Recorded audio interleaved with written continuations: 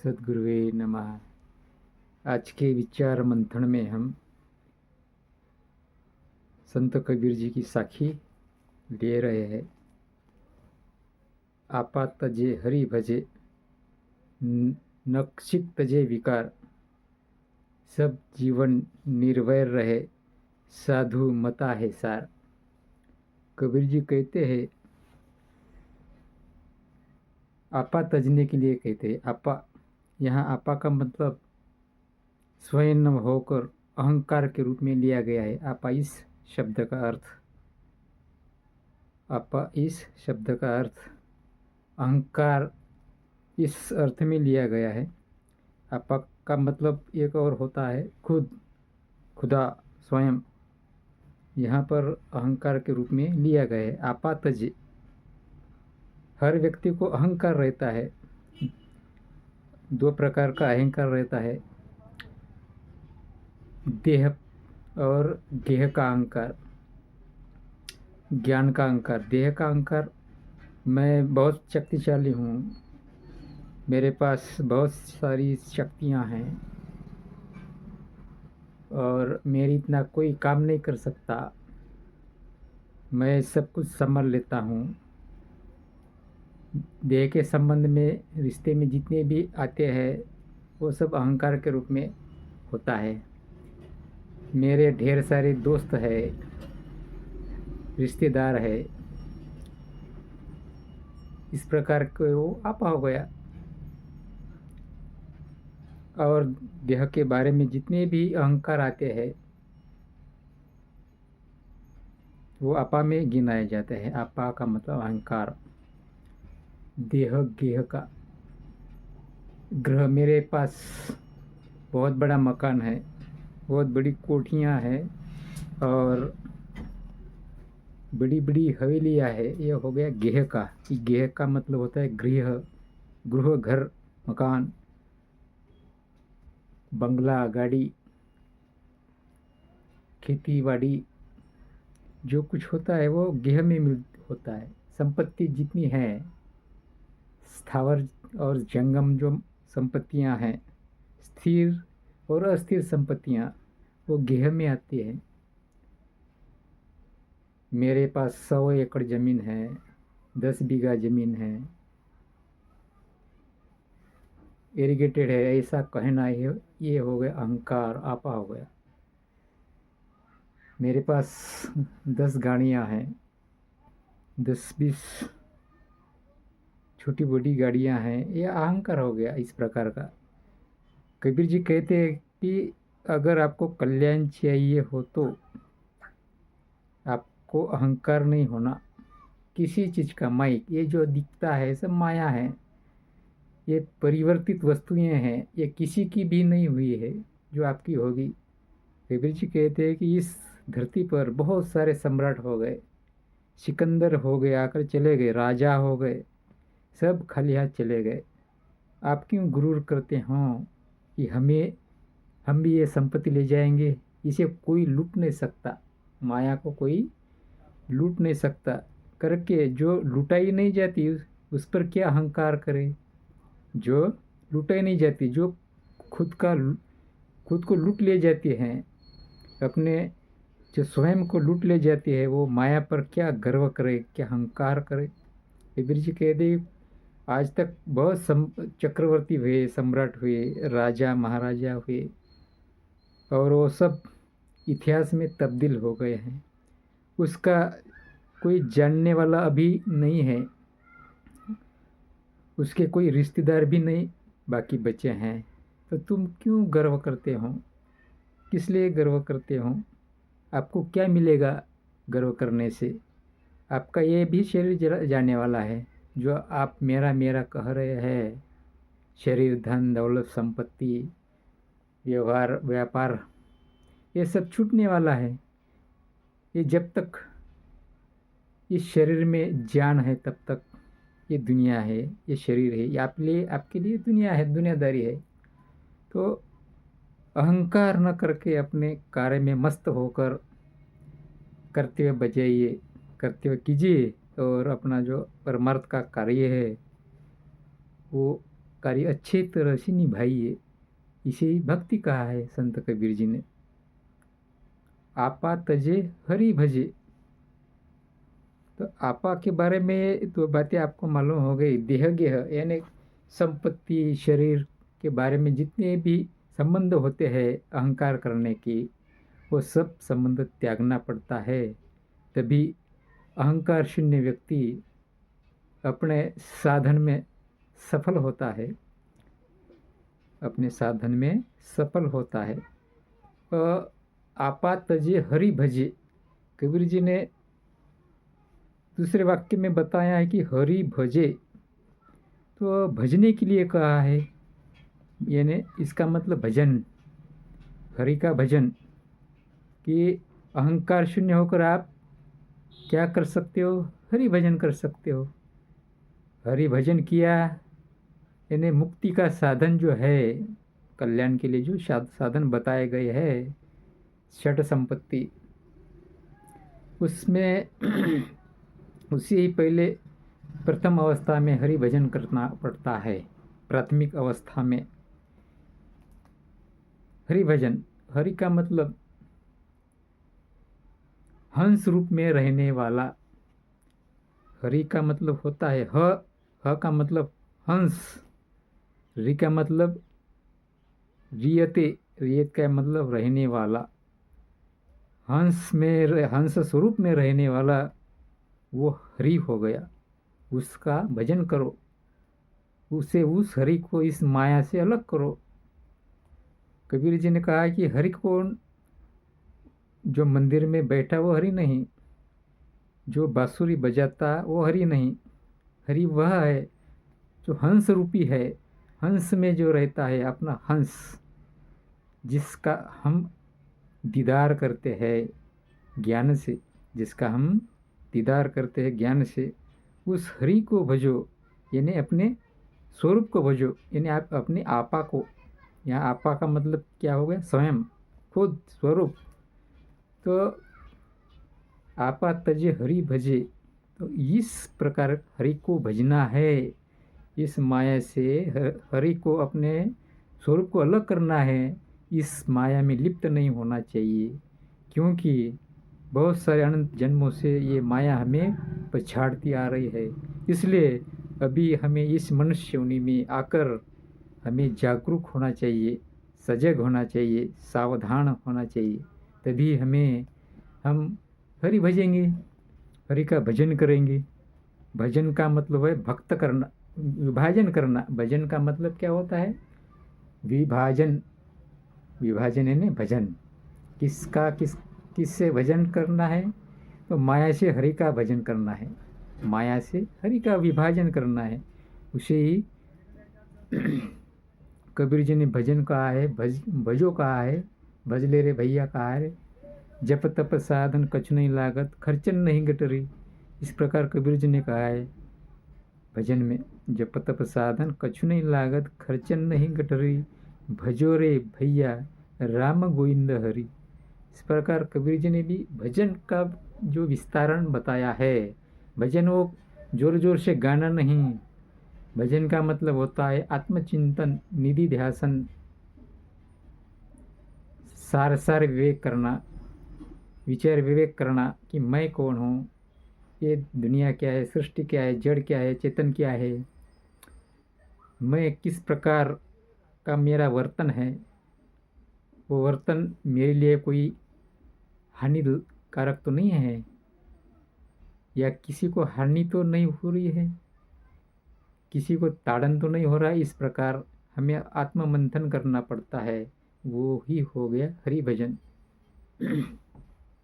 तो आपा तजे हरि भजे, नकशिख तजे विकार।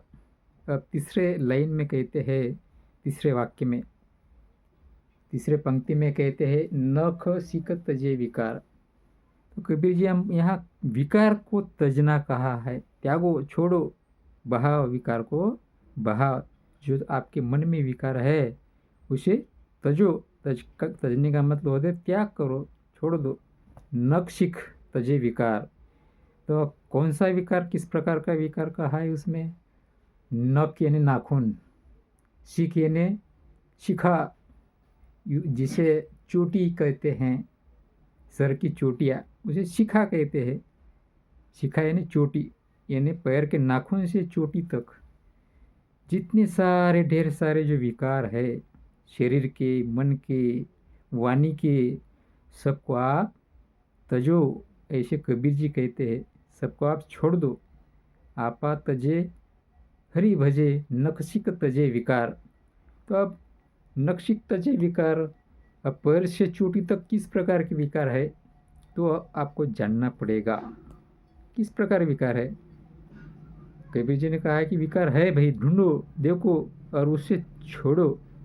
तो हम भक्त लोगों को देखना चाहिए, हम साधकों को ये देखना चाहिए कि किस प्रकार के विकार हमें है। नख से चोटी तक, नाखून से चोटी तक किस प्रकार के विकार है तो देखो भाई। तो विकार यानी किस प्रकार रहना चाहिए। सादे कपड़े, उसमें रंग रंगाव नहीं होना चाहिए, भड़कीले पहनना नहीं चाहिए। ये हो गए साधक के लक्षण। भड़कीले कपड़े नहीं पहनना चाहिए, नाखून को नख पॉलिश लगाना नहीं चाहिए, या नख का श्रृंगार नहीं करना चाहिए। कपड़े श्रृंगारिक नहीं होना चाहिए, किसी का भी मन आकर्षित ना हो आपके कपड़े देखकर, ऐसा सादा रहना चाहिए। ये हो गया कपड़े का विकार। ये मन में भी नहीं रहना चाहिए और बदन पर भी नहीं रहना चाहिए। और किसी को बताने के लिए कि भाई हम साधु लोग हैं करके वेश परिधान कर लिया, जोगी का कपड़ा रंग लिया कपड़ा, और मन को नहीं रंगाया। मन को ज्ञान के भक्ति में, ज्ञान रंग में रंगाना पड़ता है। ऊपर से कपड़ा रंगा लिया और भीतर मन अपनी गंदगी में फंसा हुआ है। तो अपने शरीर बाह्यावरण जो है, कि इस बाह्यावरण को कोई आकर्षित होकर तो फंस तो नहीं रहा भाई। ये जानना चाहिए। भक्त का काम है अपना कि मैं भड़कीले कपड़े नहीं पहनूंगा जो किसी के मन में मेरे बारे में आकर्षण होगा। इस प्रकार मैं इस प्रकार के कपड़े नहीं पहनूंगा। और जटाएं भी नहीं बढ़ाऊंगा। जटा बढ़ाने से कुछ फायदा नहीं होता। जटाएं बढ़ाने से फायदा कुछ भी नहीं होता। कि जटा बढ़ाने से अगर फायदा होता हो तो बहुत सारे संतों ने बड़े बड़े जटा बढ़ाकर रख देते। चोटियाँ बड़ी बड़ी बढ़ाकर नीचे तक जमीन पर घिसते चली जाएगी, इस प्रकार से वो रखते। लेकिन ऐसा नहीं होता।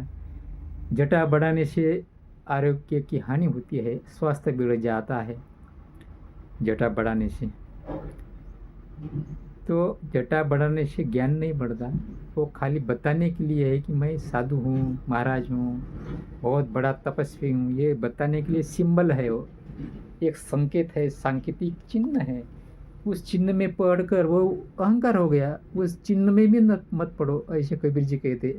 उस सिंबल में भी मत पढ़ो, उस संकेत में भी मत पढ़ो। अगर तुम पढ़ोगे वही तो माया है, आप फंस जाओगे। आप वहाँ से निकलना बहुत कठिन हो जाएगा, क्योंकि ये जन्म मिलने के लिए बहुत परेशानियाँ हो जाती है यहाँ तक आने के लिए। और अगर आप वहीं फंस गए तो आप आगे चल के क्या होगा? आपका कल्याण नहीं होगा, आपका निर्वाण नहीं होगा, आपका मोक्ष या मुक्तियाँ नहीं मिलेगी। इसलिए कबीर जी कहते हैं कि आपकी रहनी अच्छी चाहिए, आपका विचरण अच्छा चाहिए।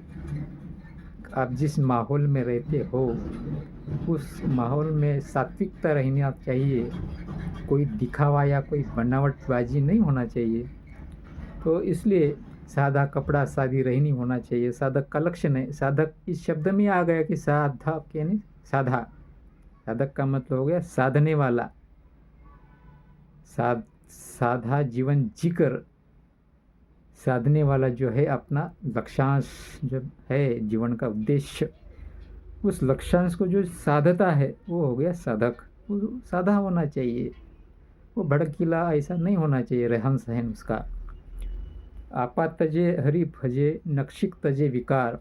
ये शरीर का बाह्य दिखने वाला विकार हो गया। अब मन का विकार क्या है कि तुम इसमें मत फंसो। इस प्रकार के रंग रंग में मत फंसो। इस प्रकार के आप रंग वेशभूषाएं में मत फंसो, मत लो। और ये त्यागने के लिए होता है। जो वेशभूषाएं है, वेश परिधान करना किसी को फंसाने के लिए हो सकता है, साधक का लक्षण नहीं है। अच्छे वेशभूषा पहनकर साधक की वो पहचान नहीं हो सकती। साधक को आत्मा अनुसंधान करना चाहिए, किसी भेष के पीछे नहीं लगना चाहिए। कबीर जी कहते, भेष देखे मत भूलिए, बुझी लीजिए ज्ञान, बिना कसौटी होत नहीं कंचन की पहचान। अगर हर पीली वस्तु सोना नहीं होती, उसे घिस कर देखना पड़ता है सोना है या पित्तल। उसी प्रकार जो वेशधारी है, बुआबाजी करने वाला पाखंडी है, उसके पास किस प्रकार का ज्ञान है परख लेना चाहिए और छोड़ देना चाहिए। और वचन से, मन से और शरीर से किसी भी प्रकार से मैं किसी को भी हानि नहीं पहुंचाऊंगा। मैं सात्विक भाव में रहूँगा और भक्ति करूँगा। इस प्रकार उसके मन में विचार रहना चाहिए, उदात्त भाव रहना चाहिए, वैश्विक भाव रहना चाहिए। ये सब मेरे है, मैं विश्व का हूँ। इस प्रकार अगर भाव रहा तो साधक भाव हो गया। साधक भाव में रहना चाहिए, तभी उसका कल्याण होगा, मुक्ति होगी। कबीर जी कहते हैं कि आपा तजे हरि भजे, नक्षिक तजे विकार, सब जीवन निर्भय रहे। और कहते हैं कबीर जी, साधक को सावधान करते हैं कि क्या क्या करना चाहिए। अहंकार छोड़ो, देह गेह का, हरि का भजन करो, और नक्षिक तक जितना विकार है वो भी छोड़ दो। और आगे एक बात बताते हैं, सब जीवन निर्वैर रहे। सब जीवन भर किसी से भी वैर मत करो, द्वेष मत करो, प्रताड़ना मत करो। अपना है ऐसा समझो, सब अपने हैं ऐसा समझो, समझना चाहिए, तभी भक्ति होगी। किसी धर्म, मत, पद, संप्रदाय से घृणा मत करो, द्वेष मत करो, पराया मत समझो, वैर मत रखो। सब अपने हैं, उसमें अच्छाइयाँ लो, अच्छाइयाँ बताओ, उनको अच्छाइयाँ बताओ और उनसे अच्छाइयाँ लो। किसी से भी घृणा मत करो। सब जीवन निर्वैर रहो, किसी से भी वैर मत करो कि वो उस संप्रदाय का है, मैं इस संप्रदाय का हूँ, वो उस धर्म का है, मैं इस धर्म का हूँ, वो देशी है, वो विदेशी है, मैं देशी हूँ, मैं इंडिया का हूँ, वो अमेरिका का है। ऐसा कोई भेदभाव मत करो, निर्वैर रहो, वैर मत रखो। भेदभाव से वैर तैयार होता है, वैरता तैयार होती है। भेदभाव से वैरता तैयार होती है, वैरता तैयार होती है। सब अपना बना लो, सभी को अपना बना लीजिए, यही भक्त का काम है। सबको जोड़ो, तोड़ना नहीं, सबको मिलाओ, सब एक हो जाओ, यही धर्म का लक्षण है। आपा तजे हरि भजे, नक्षिक तजे विकार, सब जीवन निर्वैर रहे, साधु मता है सार। साधु कैसा होना चाहिए? इस प्रकार, यही साधक का, इस प्रकार रहना ही सार है। ये साधु का अर्थ है, इसे ही साधु कहते हैं। यही साधु हो गया, यही हो गया साधु। जो सार छोड़ देता है वही साधु हो गया। सार लेना चाहिए, विवेक वैराग्य से सार जो है वो सार लेना चाहिए। तो इस प्रकार साधु का लक्षण संत कबीर जी ने बताया है। साधक ने किस प्रकार रहना चाहिए, उसका लक्षण क्या होता है, क्या क्या त्यागना चाहिए, किस प्रकार भजन करना चाहिए, इस छोटी सी साखी में कबीर जी ने कहा है। इस प्रकार यहाँ विचार मंथन का जो साखी थी उसके विश्लेषण में, उसका विश्लेषण जो है वो मैं अब यहाँ उसे विराम देता हूँ। साहेब बंदगी।